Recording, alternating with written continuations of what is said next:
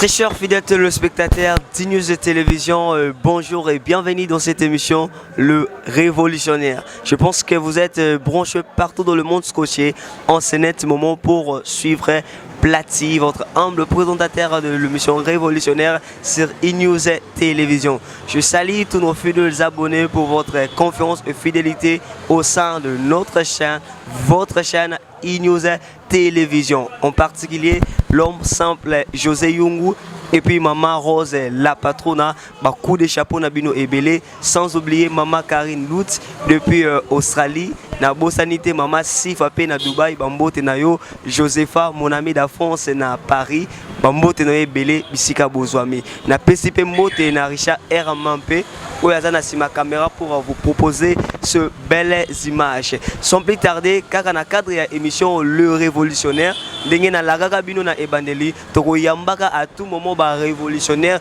toye baka le pourquoi révolution na bango, bit ya révolution na bango ezanini, ezana avantage ya peuple congolais, to eza ba distraction ndenge to mona ka batu misusu. Le to ko banaka ko découvrir kango na émission Les Révolutionnaires. Lelo na yambi lisusu bobo mulele mais na identité mususu. Oyo azali moko ya mouvement patriotique sans Lumumba. Donc, elongo na yi ensemble, tokomeka ko beta masolo ya mouvement na bango par rapport à l'actualité et puis vis-à-vis à peuple congolais. En tout cas, beaucoup découvrir ngo na masolo ndenge toko sola na yi. Ce qui régit aza même monoko na ngai akofongola déjà bilili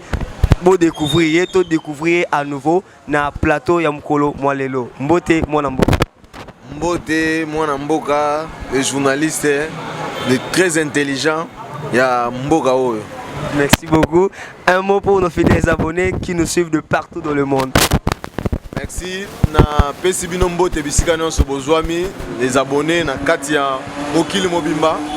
Bozwa kata ya kolanda biso pe place wana boklikaka bo s'abonner makasi na oyo po boyokaka tout le temps mulele.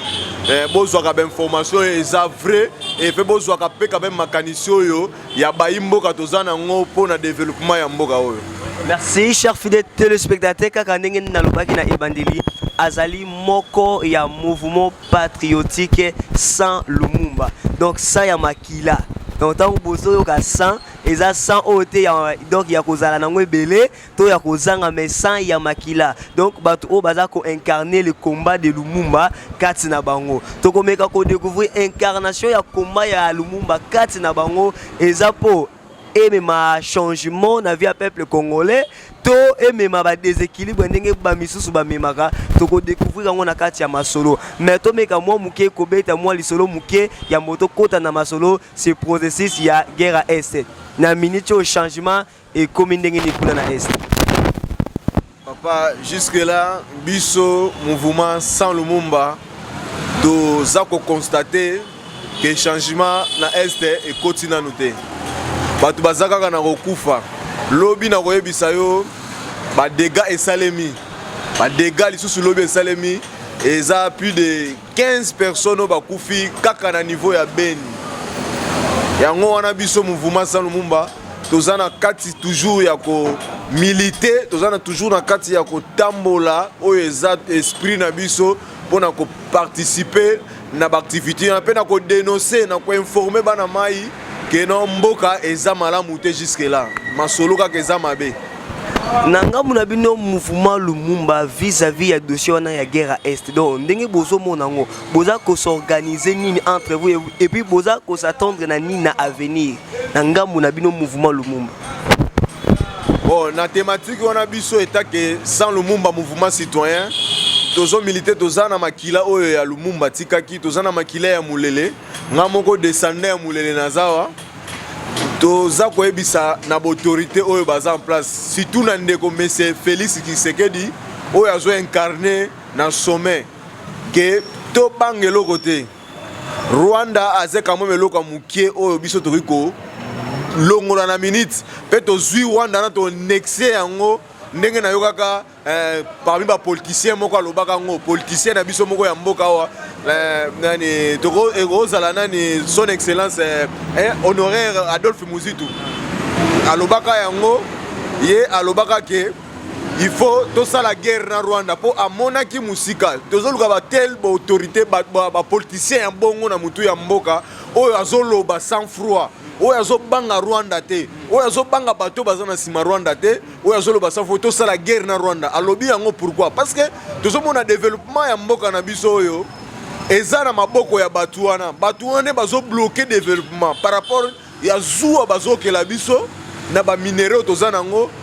na makambo ya bien on nzamba pesa biso na mboka na biso yango biso pe tokokanga maboko te yango biso pe sans lumumba tozali etake mulele tolobi ke tozokende tozo rejoindre maloba oyo mwana mwaimboka alobaki Adolphe Muzitu par rapport ya situation en est nenga lobaki bongo biso tolobi ke makambo ba négociation ba diplomatie wana eza makambo ya lukuta eza hypocrisie oyo bazosala bango occidentaux Rwanda na muto oyo aza na place monsieur Félix Tshisekedi Tshilombo bazolinga te ke non guerre wana esila po baza na ba intérêt na bango biso toza na posa ke guerre wana esila pour que mboka oyo etambola mboka oyo bana mbayi mboka bamona bolamu na yango pe bato oyo baza na este batika kokufa parce que bati batu wana baza bandeko na biso bakufi mingi yango biso likanisi na biso etake Sans Lumumba toza na posa ke kimia ekota na est kimia wana ekokota na maloba te toza na posa abeti likofi tozongisi likofi yango biso tozo militaire biso na kata tozo militaire mais toza pena batu na biso baza kuna oto militaire tozo préparer entre temps tokopesa secret wana te que biso tozo préparer révolution tokopesa yango te lelo nga na ko biso même journaliste na mboka moko tozoloba eza na Asie Sri Lanka Sri Lanka c'est Sri Lanka mon kombo ezokima na Sri Lanka Sri Lanka baza na frontière na Singapour bango population bamoni on en a marre na situation ya vie oyo bazomene ba population atelemaki baketi na maison présidentielle ba komiti na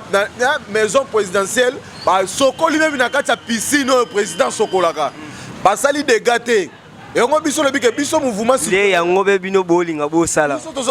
toza na kati ya ba plan wana parce que biso mouvement citoyen tozalaka violent te toza mouvement moko pacifique tokokende nango na pacification ndenge bango mpe kuna basali tokokoma ntina présidence tokosokola na piscine oyo monsieur Félix Tshilombo asokolaka tokolia na kati ya cuisine oyo monsieur Félix Tshisekedi mpe tokoyebisa ye adémissionne ndenge nani bandeko na biso oyo ya Sri Lanka wana bayebisi président na bango adémissionne na minute oyo na biso président na bango aza na kati ya Singapour aki mutu azojouer intérim na minute oyo eza premier ministre c'est pour dire que le peuple c'est une force. Le peuple c'est une force. Yango biso toza na kati ya ko préparer take mouvement Sans Lumumba. Toza na kati ya ko yeba aussi ba politiciens oyo baza na makanisi ya mabe na ba oyo baza na makanisi ya malamu pona ko développer mboka oyo. Mwana mboka outi koloba eloko moko très important que le président en place Félix Tshisekedi na bandeko mususu na otangi kombo baza na posate bitumba na est et sila. Comment expliquer les garants de la nation azala na société ya kosisa bitumba o eza na parti moko ya mboka na ye tant que tozomona ba effort ya ba voyage ndinga zotambola tout ça koluka ba traité par-ci par-là aluka à maintenir dossier wana bato ya zokutana na bango nde baza ko trahir en retour mais comment okoki koloba ka ye aza na posa te ke bitumba ne sila papa biso tolobaka ngo déjà kala tolobaka ngo que non biso mouvement citoyen Sans Lumumba depuis 2011 doit exister. Toye na 2016 biso to bundisi Kabila palonga na bokonzi pona nini po kaka na mama be oyo to bozomona lelo este wana lelo ya jadi bango bazalaka na volonté ya kosisa bitumba na te même ezala monsieur Félix Tshisekedi azaka na posa te ya kosisa bitumba on ezaka na este pas donc azako voyager par-ci par-là koluka moyen kosilisa ngo nga na koye biso monsieur les journalistes voyage wana jusque là to moni ba retomber nango te ba retomber nango yango tozomona guerre na est. Pourquoi ezana ba biloko mususu oyo ya salaki ke biso Sans Lumumba tozoyeba eza ba corps mususu to benga ngo ba corps moko entre les individus oyo ko permettre te que un état ba vivre une population à sentir que non bato ke na ko signer accord wana ye na ba retomber et puis ba voyage tozo sala ezana ba retomber te ba retomber lelo ya voyage wana yango tozomona ba problème ezana est yango de ba retomber à voyage bandeko na biso bazana ko kufa c'est par rapport ya ba retomber à voyage wana ndeko Félix Tshisekedi vraiment diplomatie aza eloko te parce que kotambola oyo atamboli soki ezalaki ke azosala diplomatie ya malamu. J'espère que tolinga tous va retomber à malamu pe na mboka na biso. Pe tonga to mona makambu pe ya malamu na mboka na biso. Est-ce que quelque part te azokuta na ndena bato mabe o aza ko traiter na bango? Papa ye moko nanu balobaka nini hein? Et d'abord ezalaka noyo yo moko nanu muntu. Hein? Muntu nanu faut pesa nanu exemple ya bien pour que bato bazana yo ba meka ko zwa ba ke non ye moko nanu na osala beso biso to sali boto ozaneni. Bango nyonso omoni même ba kopo omona ba caméra ba sala 100 jours tout ça ezaki ba kopo ye pas na kati ba ezalaki procès mais cop ezalaki cop ya na kati et yo kokoma procès parce que batali ke non et ni poni ni to sacrifier moi na mai on comprend mais l'air baliaki mbongo wana ye pas liaki bango no so baliaki elongo baliaki mbongo wana elongo. Qu'est-ce qui prouve makambo lo papa tozo prouver lelo tozo mona yango mutu lelo asali tout peke ba quitter lelo caméra ezanani ezaye ba mascarer peuple ba yebisi bango ke état de droit oyo nani ngai dir cap na ngai wana akei et bongo bino mais ezaki mascarer ezaki c'est une façon ya koluka ke ndenge nini ya ko aveugler peuple que non état de droit na mboko ezo exister mais état de droit na mboka oyo eza nango kaka lokola eloko moko boye kaka maloba mais application sur terrain zate tozo mona makambu nango même lelo nyonso na ba arrestation musu do mona arbitraire même ba arrestation ya bino ba journaliste tozo mona bazokanga ba journaliste po nini journaliste azo ose koloba vérité ya makambo oyo tozo mona lelo ezotambola te yango tozo bisa bango biso peuple tozana bango tokotika bango te tant que biso mouvement citoyen toza pacifique tokotambola pe tokoluka changement ya mboka oyo po bana mai bamona so tolandi kaka bango makanisi na bango ke non oyo ba diplomatie parce que diplomatie tomoni ba retomber ya malonga te yango tozoyebisa mwa na mai meso ndenge ombo papa yo oza wana po orégler problème ya bana mboka ba congolais biso mouvement citoyen sans Lumumba toza wana pona kopesa bino mayele boye ba ndenge nini ya ko accompagner toza te kona pona ko yebiso ko critiquer ko finga te ndenge ba msusu tozo ka ba politicien mususu bazo finga mais biso tozo yana ba mayele ya ko yebiso ke place wana faut bosala bo tomber na place tel boso mona foso biso tozo yela poni ni l'intérêt non so ya intérêt ya peuple matondi mwana mboka tolingi toyeba peut-être ça na batu ebele baza kolanda biso na minute oyo peut-être ça libakune ya liboso ayoka donc kombo ya mouvement oyo citoyen sans Lumumba tolingi toyebisa bandeko bonso o baza kolanda biso pourquoi bozwa ki likanisi ya ko créer mouvement oyo on a initiative nini na ambition nini parce que outi ko loba koza moko ya ba fondateur donc na but ni na mission nini bozwa likanisi ya ko créer mouvement oyo mouvement citoyen sans Lumumba. Merci. Nakolingana beta moi histoire moi muke par rapport ya existence ya mouvement citoyen na biso. Tozaki ba jeune résistant na kati ya ba mouvement mususu na kotanga ba kombote. Maintenant to banda ko participer na conseil national de la jeunesse. Eza na sendwe wana kaka na sima ISES na sima wana bureau ezalaka wana. Banda ko participer parce que eza place où rassemble ba jeune mingi. Association au Conseil national de la jeunesse. Donc on a participé tout monde comme évolution ya Conseil national de la jeunesse tout monde makambo zo ka koleka na kati kuna tout tala eza unité na biso ba itake ba nationaliste etake ba résistant etake bato bazoluka changement ya mboka oyo to participer na mama solo wana yango mona total obikete mouvement citoyen eza ba mouvement oyo ba jeune baza na esprit ba jeune baza non violent ba jeune bazo ya pacifiquement pour un changement. Et en 2011, nous avons créé un mouvement. La première action na biso to salaka en 2011, to salaka na aéroport. Na aéroport, to ndaka do yamba parce que biso to ndaki ko soutenir changement à l'époque en 2011. To lingaka te messe Kabila azonga lisusu na pouvoir. To salaka na côté ya Etienne to ndako soutenir changement. To salaka na aéroport na équipe na biso, to telemaka to yamba ba série wana okaka balobaka non Etienne Tshisekedi fois kita na aéroport ya Njili. Kabila mais ba détourner ngo Etienne Tshisekedi akitaka na ndolo uta usiko mukoto mutu aketa kuna Kabila mutano na nzela parce que to telemaki to kansa ki Tshisekedi to tala boye Kabila to zwaka ba masasi nga naza ne naza so l'action mkongo na nga eza bien te bandeko na nga musupe ba zwaka ba masasi to kotanga kombote parce que to zala beta bino masasi babetaka masasi batutu bayebi ke na 2011 événement na élection wana affrontement entre Etienne Tshisekedi na Kabila oyo esalemaka wana na Tchangu. Seke bino ne batu bomenasaka po babeta masasi. Donc tomenasaka te biso toyaka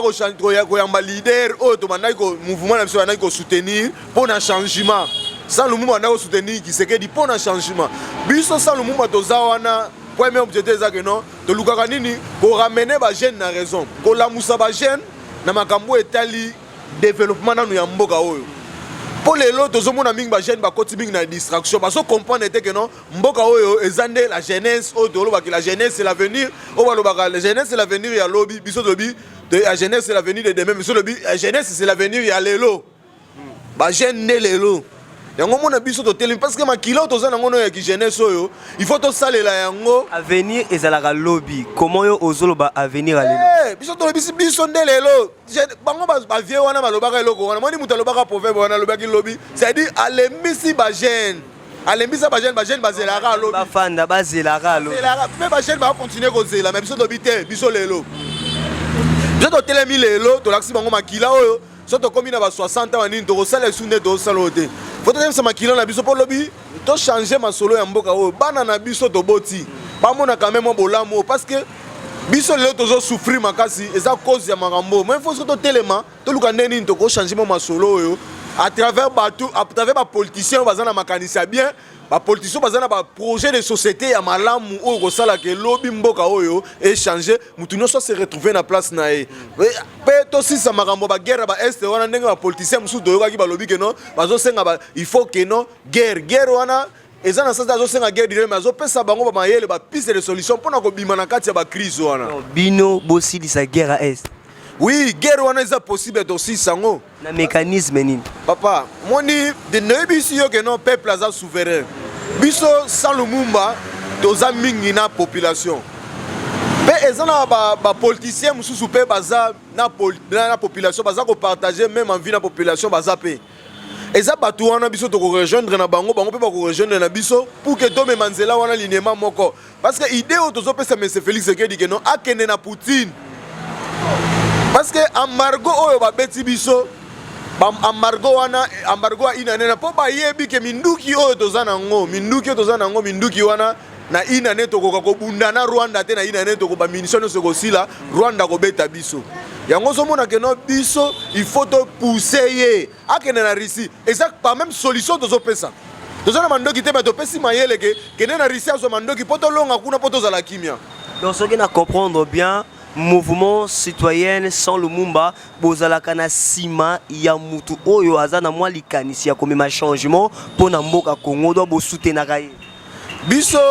tozalaka ouvert na batu nyonso baza kotambola na même idéologie na biso moni idéologie na biso so tolandaki Russie sans Lumumba un an tozalaka nanu pro-Russe wana biso tozalaka pro-Russe tozana ba politicien te mais to soutenaka idée ya ba politicien oyo ya malamu bazana ngo pro-Russe donc bo travailler na ba russe toza pro-Russe to travailler tozo soutenir Russe na kati ya combat na ya ko libérer monde Russie azo mener combat na ya pour libérer monde eza de même biso toza na occupation na est wana c'est une occupation des occidentaux maintenant yango to moni ke Russie azana pour ça que non ba occidentaux trop basali mabe mingi na Afrique pe na monde et pe balingi ba continuer na nouvel ordre mondial na mali baya na bango wana ngo biso dobite biso beto ko s'adhérer na ba nouvel ordre mondial wana te pe biso na posa ke Russie a che kimia na ba mboka musudo yoki lokola ba Mali banini yango to bi ke Russie aya na RDC déjà aye mais représentant na bango ambassadeur chargé des affaires mais c'est Victor azalaki na nani conseiller Félix Tshisekedi sécurité bazalaki na bon to monaki nenga ebisaki basolaki na ya ebisi que non toza prêt to tendre bino mais o ne so zana posa boya minduki to kopesa bino po bosi sama solo wana jusque là tozo mona gouvernement zo bouger te yango biso mouvement sans Lumumba toza pro-Russe yango tozo to ko pousser bango avec ba activité to ko sala avec ba manifestation avec ba sitting to sala ba sitting wana pour na ko soutenir ici pour to pousser bango ba kende na rencontre ya Russie toto sisa masolo wana outi koloba ake bozali mouvement moko ya ba jeune oyo baza violenté mais outi kobeta lisolo ya Sri Lanka ndenge ba se révolutionner contre président ba bengani président oyo aza au pouvoir ba bengani ake ko se réfugier na Singapour ezande mutu zaza kosime intérim mais soki bino pe poser ba acte wana ndengo wuti koloba ke kala te pe bo sala ngo donc boko kende ine na résidence ya président bo poser ba acte wana mais eza ba acte à violence.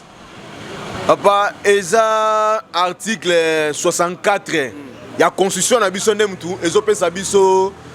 pouvoir wana. Article 64 ya constitution ezopesa biso pouvoir wana ya kotelemela même en tant que président de la République oyo azosala makambo oyo ezokende na rencontre te na demande ya peuple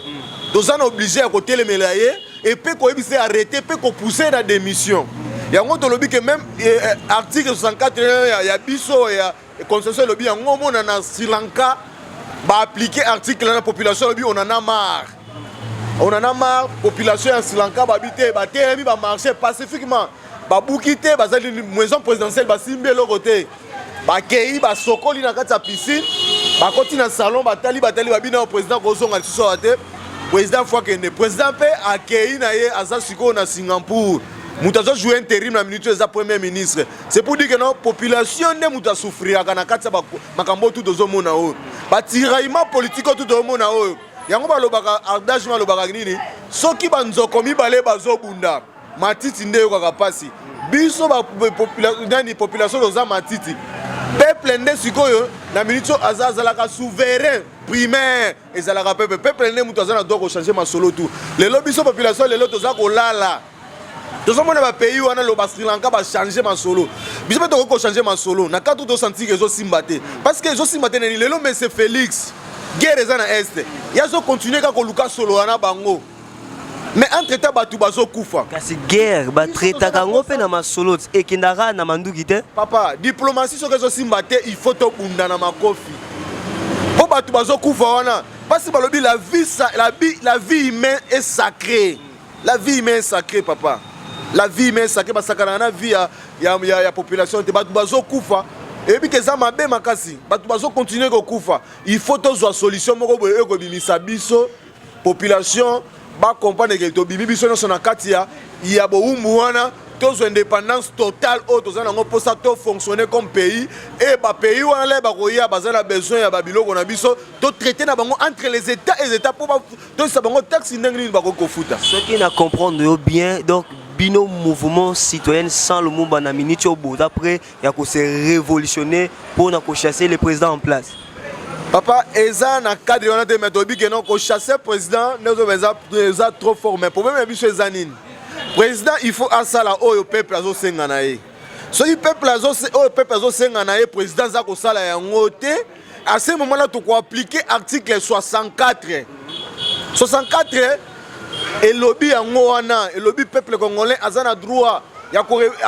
azana droit ya ko telema pe ko loba oyo azo mona ke zo marché te. Akoupe ko bengana pe ko telema ko pousser président même na démission eza ngoto biso mouvement citoyen to ko sela kaka article 64 ya la constitution oyo pesa biso pouvoir sikoyo na minitio na Rutshuru Beni Butembo Bukavu donc bato bazokufa chaque jour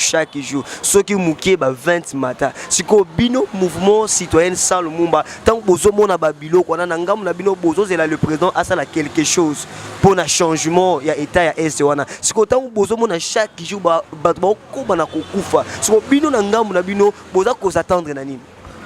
papa biso na ngamu na biso dozo attendre nelo ke non population ne mutazo sibir biso tozo zelaté quelque chose na gouvernement mais biso toza na kati ko préparer on to ko dévoiler on na télévision te parce que bako yo comme toza na stratégie pour na ko bimisa peuple pe na ko comprendre que bandeko na biso na kuna bazo kufa pour makambo wana s'arrêter toza quand même na stratégie et pe to ko ceux qui to moni que to ko associer ba politiciens oyo baza pe na makanisi ya bien pour na ko sisa masolo wana kuna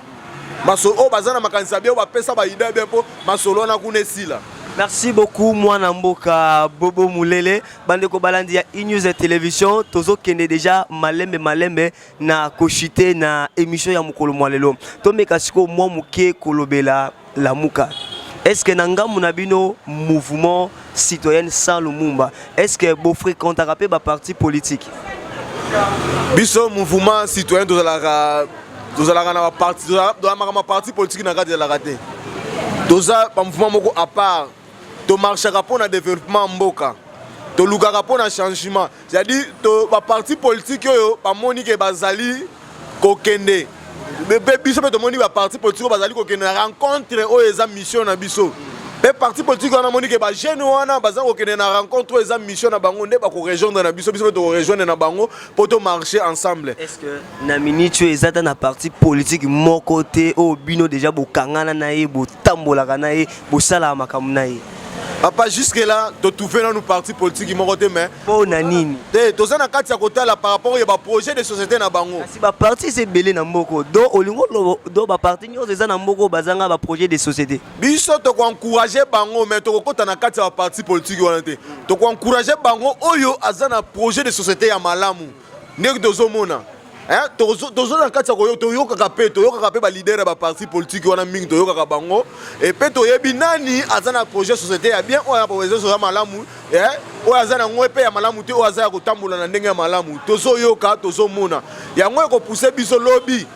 biso mouvement citoyen sans Lumumba to kende na rencontre na bango pour que to proposer bango oya biso pe za idée to bakisa likolo ya idée na bango baza po to zala na idée moko parce que ceux qui toza na bango idée moko te to ko tambola na bango elongo te. Merci. Tombe kamo muke kolobela mouvement kitoko oyo lamuka oyo toyebi ke naza komona kuna le président élu Martin Fayulu na le premier ministre honoraire Adolphe Muzitu na pesi bango mbote en passant bisika bazali toyebi ke bayaki na idéologie moko ya malamu ya ko lamusa peuple congolais. Ozo comprendre na mouvement o lamuka mais lelo toza koyoka ba eko na kati ya mouvement na lamuka on dirait bambili yeke koti on dirait le président Martin Fayulu na le président Adolphe Muzitu on dirait bazali sous ensemble était est-ce que ezali makamo solo to ezali babiloba lo baba to mekano ko découvrir papa ngai tant que mouvement sans Lumumba bon eza biloko to yoka to landa information biso nyonso mais ngai na kopesa ba vie wana conseil parce que eza ba vie biso to soutenir ki bango même na 2018 ça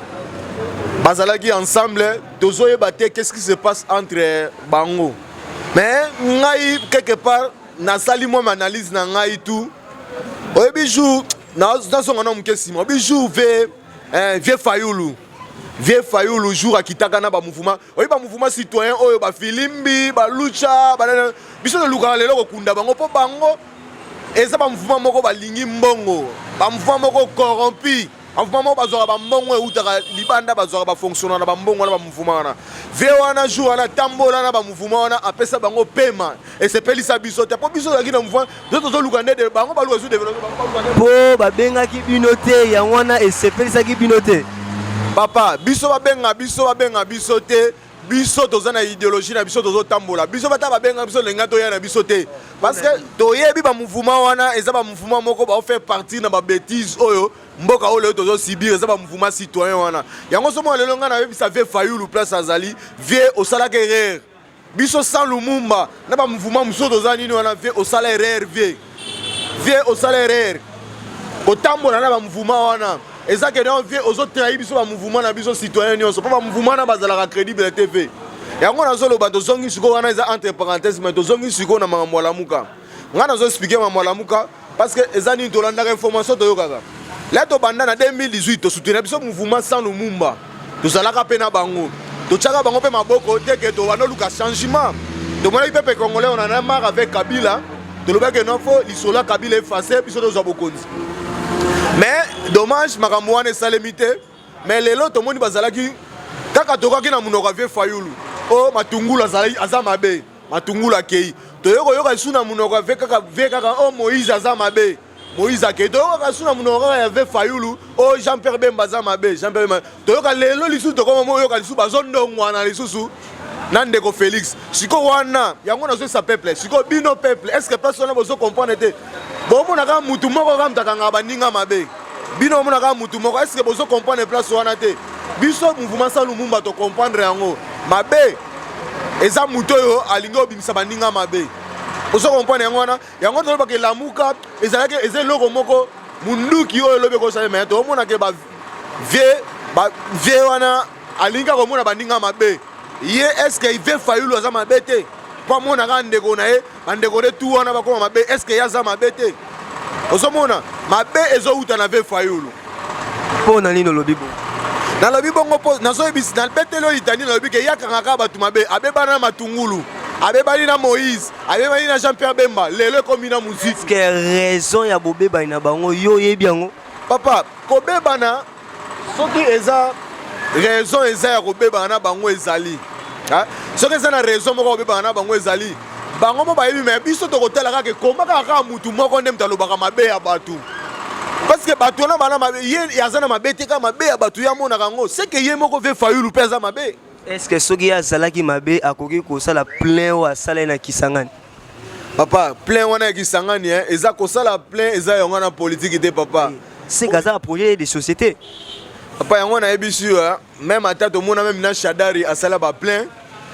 et continue yango Etienne Tshisekedi pasala ba plein mama solo wana tout esali makama bi ngana zolo bango zolo bela ya Kisangani ngana zo telemela vie na ba sanso na te mais nazo sa vie faux aluka nelini azala na ba makanisi moko ya bien biso take mouvement citoyen sans Lumumba dozo pesa pe vie Fayulu Mayele donc mon avis akomi ko tambola akomi lokola mutu moko akomi maboko kaka ko simba simba par-ci par-là siko na boité soki na comprendre bedo problème na bino eza po a associer ki binoté eza bongo. Non papa ko associer biso na masolo biso kuto boya ki na biso pour ça biso zaki ke vie akende na rencontre ya ba jeune wana te parce que ba jeune wana bazana makanisa mabe c'est que vie akekuna c'est que vie pasana makanisa mabe po na mboka o bino boye bindenge niki ba jeune wana bazana makanisa mabe mende to bantu zalaka na bango biso to créer mouvement na biso basanu mo to zalaka na bango to wana mona ndenge ba jeune wana ndo fonctionner bazalaki ba jeune moko maboko par-ci par-là bazo simba yango to zo bakeno même ata lelo vie ndo zo mona lelo vie Fayulu ngana zo ebisaye biso babenga biso même na bloc patriotique wana sans Lumumba to participer na sitting o basalaka na palais du peuple wana to boyaka po nini to mona ko batune baye bakate mais ngana ko yebisa bango ma vérité makambo etali bloc patriotique wana bozoka bloc patriotique wana ba catholique ba protestant ba latisa bango kabila mais ba catholique na protestant ba yebi ba masolo wana te masolo wana banda na Faden Ouz pas vie Fayulu ne muta banda ba masolo wana asalaka projet wana akeko kotila Kabila akotela Kabila projet na Kabila bimisa mbongo siko Kabila moni makambo ngo abimisa limbongo azozwa gain makambo ngo na te ngo Kabila bloka makambo bloc pato yoka suma ma bloc patriotique wana wango te est-ce que pe omona ba marche bloc patriotique asala wana yoka catholique na kati omona sango na soutane be mona ba protestant be na nebo eno omona eloko te yango na yebite biso tant que bozalaki même moral na ve bokotaka te ponani te ve as dozaka na même moral te ve de makambo na noke na mupanzi biso siko totali yo kolobake no lelo bango bakolobake no o ngana loba bongo parce que muzitu aboyaka balobake no biso muzitu atindi ngai pona loba makambo te muzitu akomprendaka parce que biso pe to comprendre bitumbo to bundaka poto longola Kabila na bokonzi yo Fayulu ke no kangama na Kabila bo marcher ça mena Kabila ekosala bien te biso yo tozoka pona masolo ya Kabila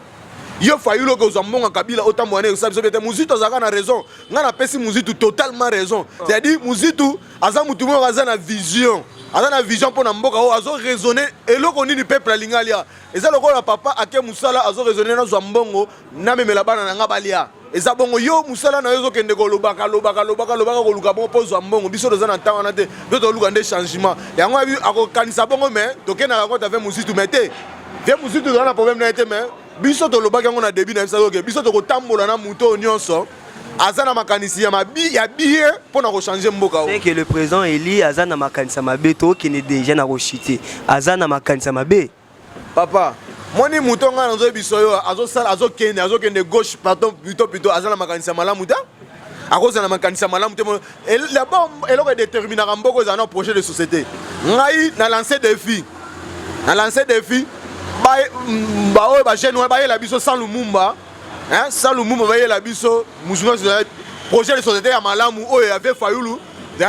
ba politicien tout de lancer défi na ba politicien tout ba ya na projet de société ya bien ba politicien tout ba na projet de société ya bien oyo ba ko sala o biso to linga to ndima po to luka to tambusa ngo pe na population biso take mouvement citoyen projet de société ya malamu ba ko la biso to tambusa ngo na population to laxi bango ke mutu tel ne to ko tia maboko. Merci beaucoup. Un mot de la fin pour na batunyo so bazuli kantia kolandao na Inews Télévision.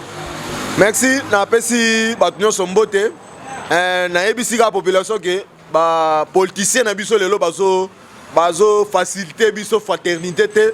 bazo sala te ke biso tozala ini tozala bomoko bazo kabola biso na ba idée na bango ya mabe na ba projet de société na bango ya mabe yango nga na ko conseiller kaka ba jeune na lobby que non oyo azana likanisa ko ya ko région de biso na Salu Mumba ya oyo pesa na likanisa ko kena ba parti politique mais il faut tala ba parti politique oyo ko kena ko kota parti politique il faut ba parti politique ni ko kota la parti politique azana société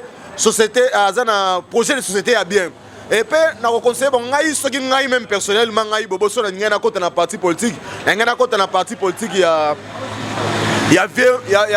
son excellence Muzitu parce que na landaka ye na oya salaka na ba chef à groupement ya Sankuru na landaka ye projet de société oya pesa offre wana pesa ba chef ya ba groupement wana ezelo moko lobby soki asaleli yango azu bokonzi mboka oyo ebongi parce que lelo même na est batuso bazokufa lelo parce que bazo négliger ba chef à groupement toyebaka lisusu ba chef à groupement te to comme ça ba chef à groupement lokola bandoki mais église ya ebebisa makambo nyonso ba chef à groupement yango na pesi bino na mbote bolanda ngai bobo lange mulele toza na kati ya ko dénoncer mabe nyonso to koyebisa bino ba vérité tina suka. Merci beaucoup mwana mboka bobo mulele to komi na suka ya émission na biso mais ezali na rubrique moko ya suka o to silisila kango émission naza na 2 mituna soki misatu naza kotuna yo oko répondre sans réfléchir tango na pozo mutuna réponse moko potoleka outi koloba eloko moko akebino sans Lumumba bokotaka ba parti politique te lelo wana nazoloba yote mouvement na bino soki lelo bolobi ke bo soutenir parti moko hein na processus ya ba élection ndenge tozokende boko soutenir parti ni papa nena biso sans réfléchir pesaka komba parti sans Lumumba toza politique mais na ko conseiller na ba jeune bazan pour ça ba kota na parti politique ba ke na nouvel élan